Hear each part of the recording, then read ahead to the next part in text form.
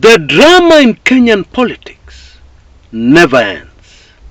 And especially now, the drama is extremely entertaining. Yeah, I dare say, although there's so much suffering in the country, so many Kenyans are angry. But for those who can step back and look at the whole drama, it is extremely entertaining. Lots of popcorn moments. Or shall I pronounce it in the proper Kenyan way? Bobgon. Now, amid all the drama, it seems that the powerful want a man called Moses Wetangula gone. Moses Wetangula is of course the Speaker of the National Assembly. And this has puzzled many people. Why Wetangula? Why now? Why do they want him gone? What could be the plan? Okay, we hear, according to the rumor mills, very busy in Nairobi, rumor mills, that he is said to be replaced by a well-known, seasoned, respected lawyer, Otiende Amolo. Ati who? Otiende Amolo? ODM? Raila's man? What are you talking about, Chris? Okay, let's break it down. It would seem that now we need to consider a brand new angle, but also a very important one, in analyzing Kenyan politics. And that is the ODM angle. I don't even believe I'm saying this. I mean, just a few months ago, if I told you that a time is coming when it will be impossible to analyze Ruto government politics without considering ODM, if I had said that just a handful of weeks ago, how would you have reacted? Chris, wacha mchezo. But it has come to pass. It seems that now Raila Odinga and ODM, for better or for worse, believe it or not, like it or not, are key critical figures in Ruto government politics. Now, of course, we all saw the role the ODM party played, the role Raila people played in the impeachment of Rigathi Gachagua. Indeed, it shocked many Kenyans that at the forefront of that illegal and unconstitutional impeachment, like Otiende Amolo and Junet Mohammed. And it is super fascinating that in their speeches they made great effort to give excuses as to why it mattered to them about Rigathi Gachagua's impeachment. But clearly, and there should be no debate over this, ODM and Raila Odinga had something to gain after the successful impeachment of Rigathi Gachagua. Just hold on a minute. Did I say successful? Not exactly. You know, before this impeachment, I posed the question in a video. Will the successful impeachment of Rigathi Gachagua be the first successful thing, be the first successful task completed by the Ruto regime? And then I answered my own question by saying, I doubt it. You know, I listened to that later and I said, woi. Hey, Chris, you're wrong this time. This thing is going to be successful. Well, guess what? I was right after all, against many odds. Even impeaching Gachagua, even that task, the Ruto regime cannot get anything right. Unfortunately, that is not propaganda. Unfortunately for Ruto, it is the reality. What is unfolding? What is going on with the Ruto regime? You know, there are so many other disasters loading for this government. It is hard to believe. You know, they cannot even get this abduction business right. What do I mean? Just step back for a minute, bila emotions. Normally a dictatorship promotes this kind of behavior, abducting people, arresting people for what they have said, in order to create fear in the public. So much fear that they're able to stabilize their regimes. Okay?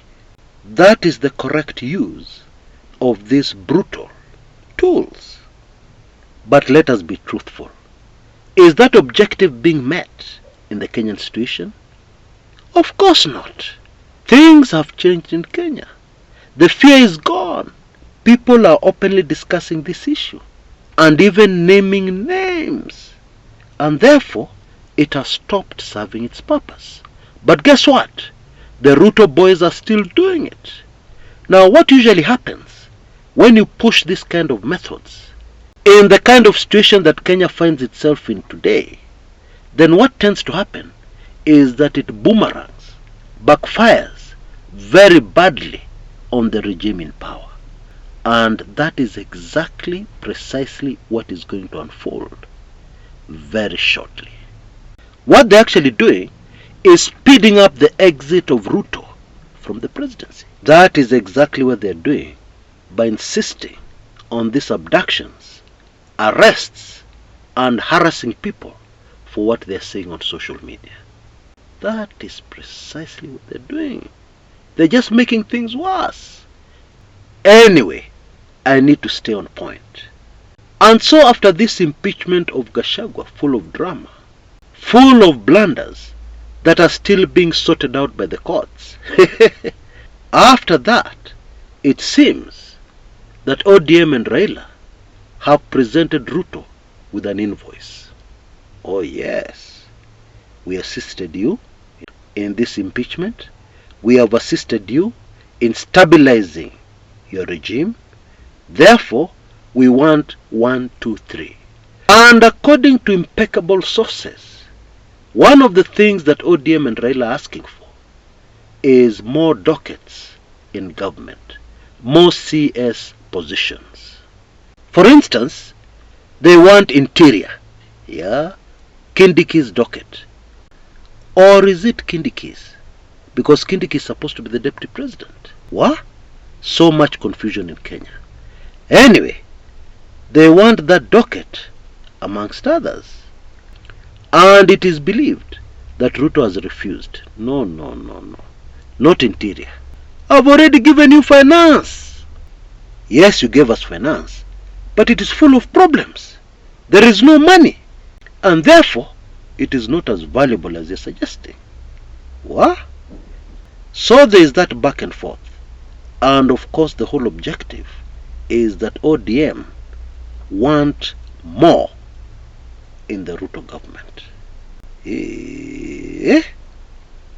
And it would seem that they also want the speaker's position.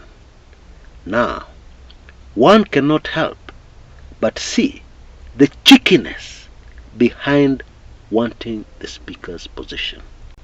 Because in Kenyan politics recently, it has been proven that the speaker's position is extremely powerful. And it is illegally powerful because our speakers in recent times have not been neutral. It would seem that especially the Speaker of the National Assembly takes instructions directly from State House. And therefore it is not too difficult imagining a speaker like Otiende Amolo taking instructions directly from Orange House instead of State House. From Raila Amolo Odinga. And oh my, wouldn't that change quite a number of things in our politics?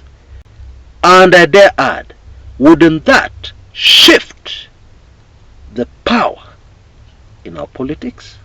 You know, we saw during the vote for Gachagua's impeachment that the language that Parliament understands and gets it moving very fast is money. Okay? You need money to get things moving fast and smoothly. However, it is worth noting that no matter how deep your pockets are, you cannot put money in the National Assembly for every single bill debated on and which requires voting. You can't. You just have to time the ones that are crucial to you. And then there's another factor rapidly coming into play. And this is the issue of voters, members of the public, reacting to how their MP has voted on a certain motion.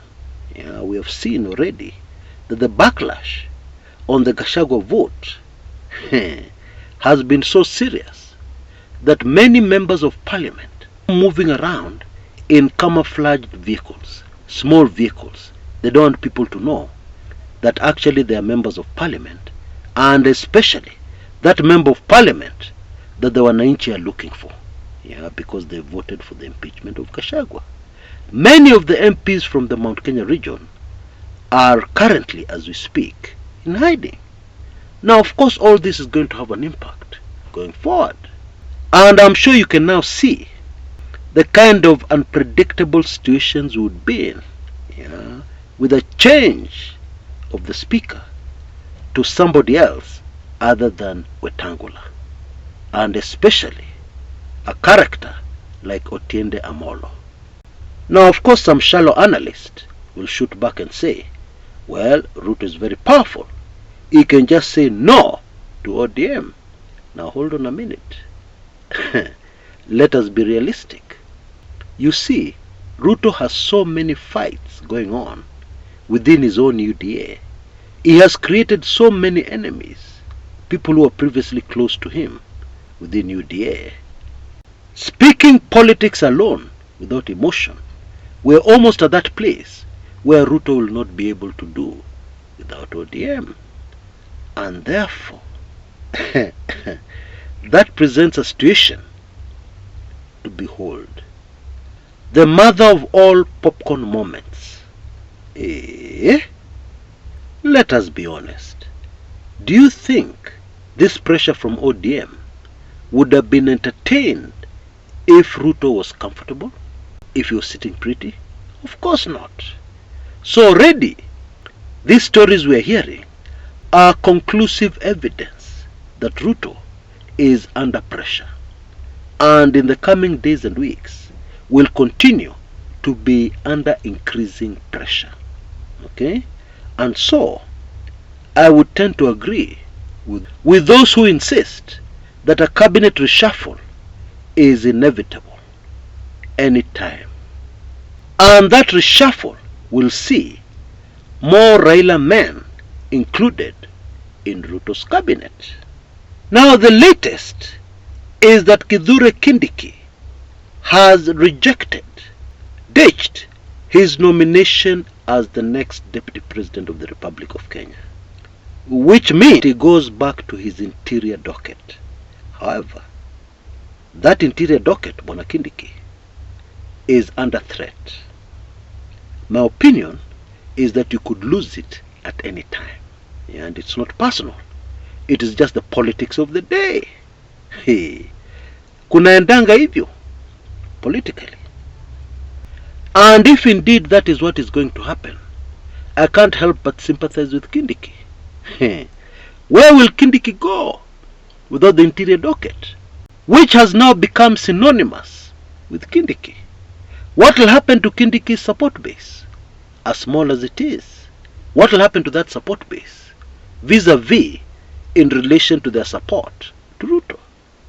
I think you can clearly see that things within the Ruto administration are elephant. There should be no doubt about that. And they're going to get even more elephant going forward. Let me put it this way. Kindiki has a very small support base, okay? But something happens and they become anti-Ruto, the way Gachagua has become rabidly anti-Ruto in recent days. And then something also happens to Wetangula's speaker's seat. And Wetangula's small support base also becomes violently opposed to the presidency of Ruto.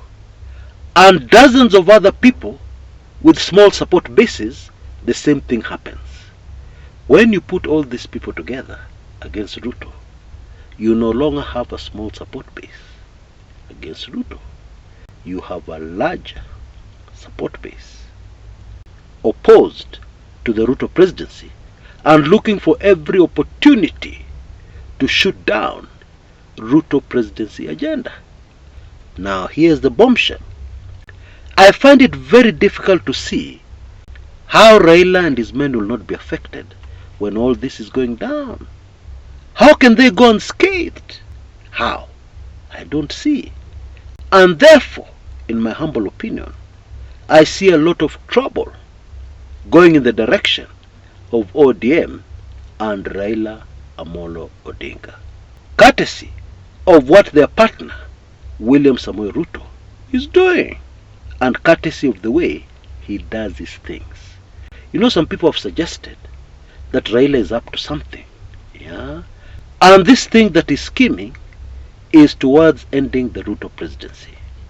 Actually, in the current scenario, I find it difficult to see how he can pull that one off, because he is increasingly being linked to the Ruto government. And very shortly, anything against the Ruto government will be against Raila Odinga and ODM. And so, in case it is true that Raila is scheming against Ruto, then it is also true that he is scheming against Ruto and himself. You know, this handshake between Raila and Ruto is the strangest ever in history, and also it is the cheekiest. You enter government with a few dockets like a thief, yeah, and then very quietly you're gaining influence. And all this time you're denying. You're just telling the public, no, I'm not in Ruto government. What I've done is that I've loaned him the expertise within ODM.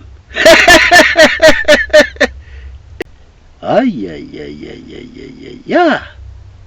And then the next thing you hear is that Raila wants more dockets. Why?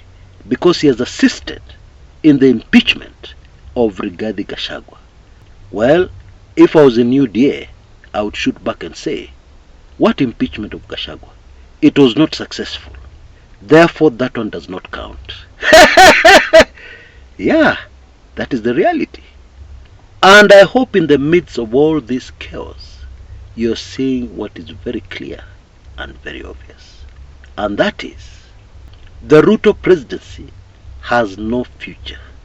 And therefore, it is comical, it is funny, it is a joke to discuss Ruto in the 2027 lineup. That is the reality. Whether you want to accept it or not, that is the harsh political reality.